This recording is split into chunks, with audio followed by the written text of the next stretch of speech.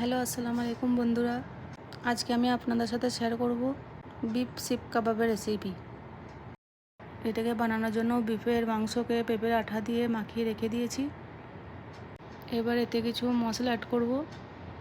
Black pepper powder, গরম মশলা, হলুদ, chilli flakes, জিরে ধনে পাউডার, একটু লবণ, সর্ষের তেল।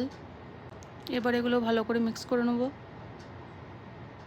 নিয়ে এতে তারপর অ্যাড করব জিঞ্জার গার্লিক পেস্ট আর 2 চামচের মতো বেসন। এবার এটা ভালো করে মিক্স করে নেব। এবার এগুলোকে একটু রেস্ট করতে দেবো। এবার এগুলোকে শিকে গেঁথে নেব। নিয়ে পুরো শিকটা রেডি করে নেব।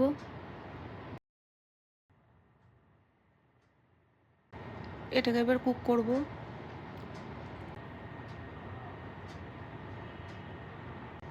এটাকে এবার ভালো করে সেঁকতে হবে।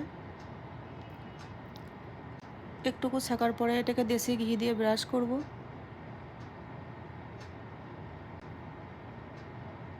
যখন অলমোস্ট কুক হয়ে যাবে তখন দেশি ঘি দিয়ে ব্রাশ করব। এই যে আমাদের শিক কাবাব রেডি। ভিডিওটি ভালো লাগলে লাইক কমেন্ট আর চ্যানেলটি সাবস্ক্রাইব করে দেবেন।